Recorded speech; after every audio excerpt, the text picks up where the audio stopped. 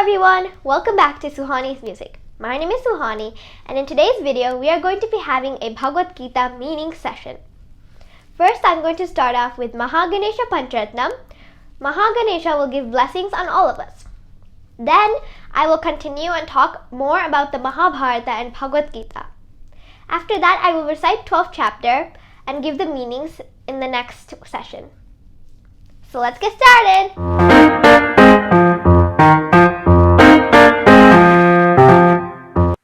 Namaste everyone. My name is Suhani and I have memorized all 18 chapters of Bhagavad Gita. In our satsangs, we will be reciting and understanding the meanings of Bhagavad Gita. In today's satsang, we will be offering prayers to Ganapati, who gives me the knowledge to talk about Bhagavad Gita and gives blessings on all of us. We will also briefly talk about Hindu scriptures and the Mahabharata. I will also recite chapter 12, Bhakti Yoga. We will go over meanings in our next satsang.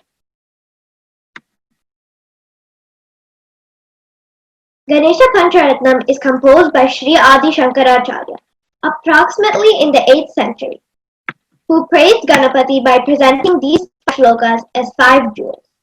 Hence the name Mahaganesha Pancharatnam.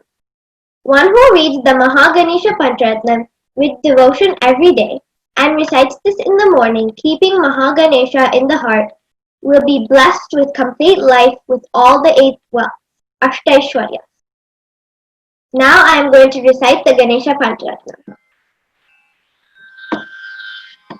Mudakaratam modakam sada vimukti sadhakam kaladharabatam sakam vilasilo mudakaratam modakam sada vimukti sadhakam kaladharabatam sakam vilasilo anayakaikanayakam vinashite bhadaityakam tatashubhashunashakam namami tam vinayakam anayakaikanayakam vinashite bhadaityakam natashubhashunashakam namami tam vinayakam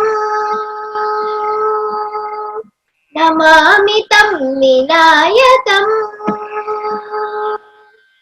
nate tarati bhikaram navodhitarkabhasvaram namatsurari nirjaram natadhikapadurdharam nate tarati bhikaram navodhitarkabhasvaram namatsurari nirjaram natadhikapadurdharam Sureshwaram Nidhishwaram Gajeshwaram Ganeshwaram Maheshwaram Tamashraye Paratparam Nirantaram Sureshwaram Nidhishwaram Gajeshwaram Ganeshwaram Maheshwaram Tamashraye Paratparam Nirantaram Paratparam Nirantaram Samastalokashankaram nirastadaityakunjaram dare darodaram varam vare bhavakramaksharam Samastalokashankaram nirastadaityakunjaram dare darodaram varam vare bhavakramaksharam Kripakaram Shamakaram Mudakaram Yashaskaram Manaskaram Namaskritam Namaskaromi Bhaswaram Kripakaram Shamakaram Mudakaram Yashaskaram Manaskaram Namaskritam Namaskaromi Bhaswaram Namaskaromi Bhaswaram Akinchanaati Nokti bhajanam Purari Purvanandanam Surari Garva Chadvanam Akinchanati Nokti bhajanam Purari Purvanandanam Surari Garva Chadvanam Prapanchanaashabhishanam dhanam भूषणं कपोलदानवारणं भजे पुराणवारणं प्रपञ्चनाशभीषणं धनञ्जयादिभूषणं कपोलदानवारणं भजे पुराणवारणम् भजे पुराणवारणम् नितान्तकान्ति दन्तकान्ति मन्तकान्तकात्मजम् अचिन्त्यरूपमन्तहीनमन्तराय कृन्तनम् नितान्तकान्ति दन्तकान्ति मन्तकान्तकात्मजम् अचिन्त्यरूपमन्तहीनमन्तराय कृन्तनम् हृदन्तरे निरन्तरं वसन्तमेव योगिनाम् तमेकदन्तमेव तं विचिन्तयामि सन्ततम् हृदन्तरे निरन्तरं वसन्तमेव योगिनां तमेकदन्तमेव तं विचिन्तयामि सन्ततम् विचिन्तयामि सन्ततम् महागणेश पञ्चरत्नमादरेण योर्वरं प्रजल्पति प्रभातके कृतिस्मरन् गणेश्वरं महागणेश पञ्चरत्नमादरेण योर्वरं प्रजल्पति प्रभातके कृतिस्मरन् गणेश्वरम् अरोगतामदोषतां सुसाहितीं सुपुत्रतां समाहितायुरष्टभूतिमभ्युपैति सोचिरात् अभ्युपैति सोचिरात् धन्यवादः।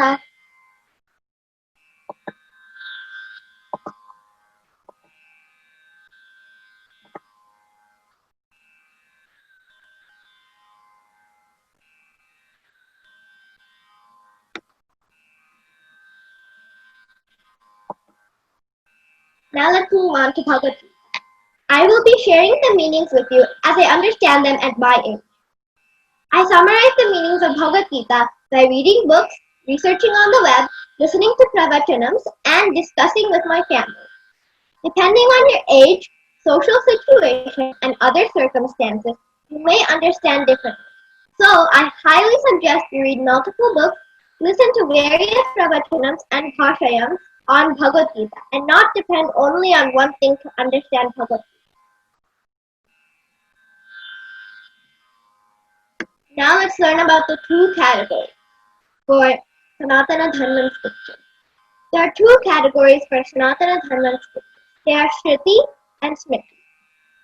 The Mahabharata is part of the Smriti category. The Bhagavad Gita is part of the Mahabharata. Ramayana and Mahabharata are two great Sanskrit poetic works known as Itihasa, which means thus happened, history.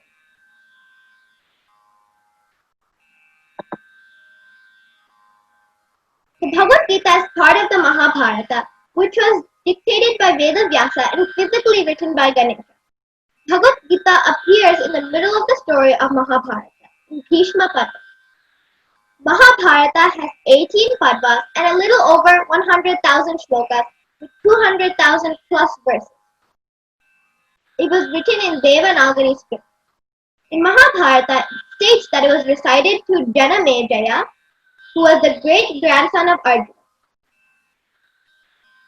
At the Sarpayaga, by the sage Vaishampayana, after Janamejaya asked Vaishampayana about his ancestors. Mahabharata was translated into many languages. One interesting fact about one translation, Mahabharata was translated to Telugu by three poets, are also known as Kavitra. Kavi is poet and Trayam is three. They are Nannaya Bhattu, Tikkana Soma Jajulu, and Sri Yara Pragana. Nannaya lived in the 11th century and he translated the first 2.5 chapters. For the next 2 centuries, no one attempted to rescue it.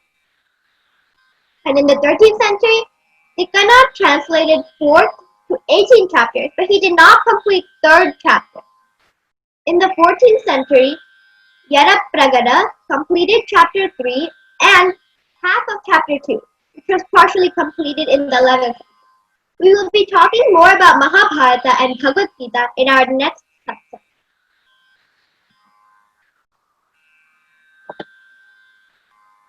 The Bhagavad Gita, which like I said before, is part of the Mahabharata. The Bhagavad Gita also appears in the middle of the story of the Mahabharata. The Bhagavad Gita has 18 chapters with about 700 shlokas. It depends on the version, because in the 13th chapter, there's an extra shloka that some people don't include. But 700 are widely available. Now, we are going to recite chapter 12.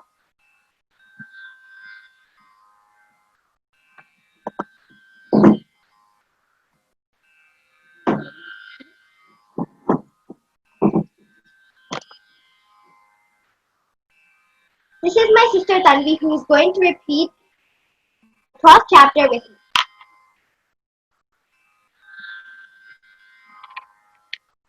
Om Shri Paramatmane Namaha Atha Dvadashodhyayah Bhakti Yogaha Arjuna Uvacha Evam Satatayuktaye Bhakta Swam Paryupasate Ye Chapyaksharam Avyaktam Tesham ke yogavittamaha Shri Bhagavanuvacha Maya veshamano yema Nityayukta upasate Shraddhaya parayopetaha Te yuktatamamataha Ye tvaksharamanirdesyam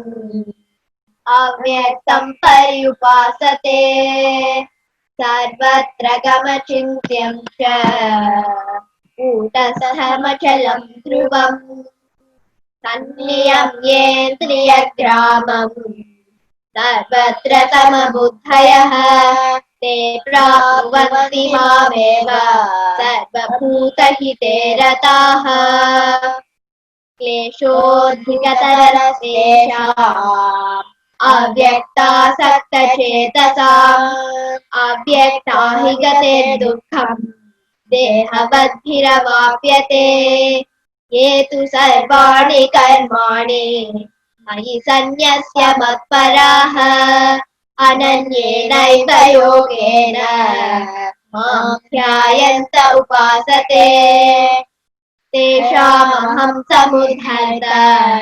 मृत्युसंसारसागरात् भवामि न चिरात् पार्थ मय्यावेशितचेतसाम् मय्येव मन आधत्स्व मयि बुद्धिं निवेशय निवसिष्यसि मय्येव अत ऊर्ध्वं न संशयः अथ चित्तं समाधातुं न शक्नोषि मयि स्थिरम् अभ्यासयोगेन ततः मामेच्छाप्तुं धनञ्जय अभ्यासेऽप्यसमर्थोऽसि मत्कर्म परमो भव मदर्थमपि कर्माणि कुर्वन् सिद्धिमवाप्स्यसि अथैतदप्यशक्तोऽसि कर्तुं मद्योगमाश्रितः सर्वकर्मफलत्यागः ततः कुरु यतात्मवान् श्रेयो हि ज्ञानमभ्यासात् ज्ञानाध्यानं विशिष्यते ध्यानात् कर्मफलत्यागः त्यागात् शान्तिरनन्तरम् अद्वेष्टा सर्वभूतानां मैत्रः करुण एव च निर्ममो निरहङ्कारः समदुःखसुखः क्षमी सन्तुष्टः सततं योगी यतात्मा दृढनिश्चयः मय्यर्पितमनो बुद्धिः यो मद्भक्तः स मे प्रियः यस्मान्नो द्विजते लोकः लोकान्नो द्विजते च यः हर्षामर्षभयोद्वेगैः मुक्तो यः स च मे प्रियः अनपेक्षशुचिर्दक्षः उदासीनो गतव्यथः सर्वारम्भपरित्यागी यो मद्भक्तः स मे प्रियः यो न हृष्यति न द्वेष्टि न शोचति न काङ्क्षति शुभाशुभपरित्यागी भक्तिमान् यः स मे प्रियः समशत्रौ च मित्रे च तथा मानापमानयोः शीतोष्णसुखदुःखेषु समसङ्गविवर्जितः तुल्यनिन्दास्तुतिर्मौनी सन्तुष्टो येन केनचित् अनिकेतस्थिरमतिः भक्तिमान् मे प्रियो नरः ये तु धर्म्यामृतमिदम् यथोक्तं पर्युपासते श्रद्दधाना मत्परमाः भक्तास्तेऽतीव मे प्रियाः ॐ तत्सदिति श्रीमद्भगवद्गीतासु उपनिषत्सु ब्रह्मविद्यायां योगशास्त्रे श्रीकृष्णार्जुनसंवादे भक्तियोगो नाम द्वादशोऽध्यायः धन्यवादः Thank you for joining this satsang. I really enjoyed talking about Bhagavad Gita. Namaste.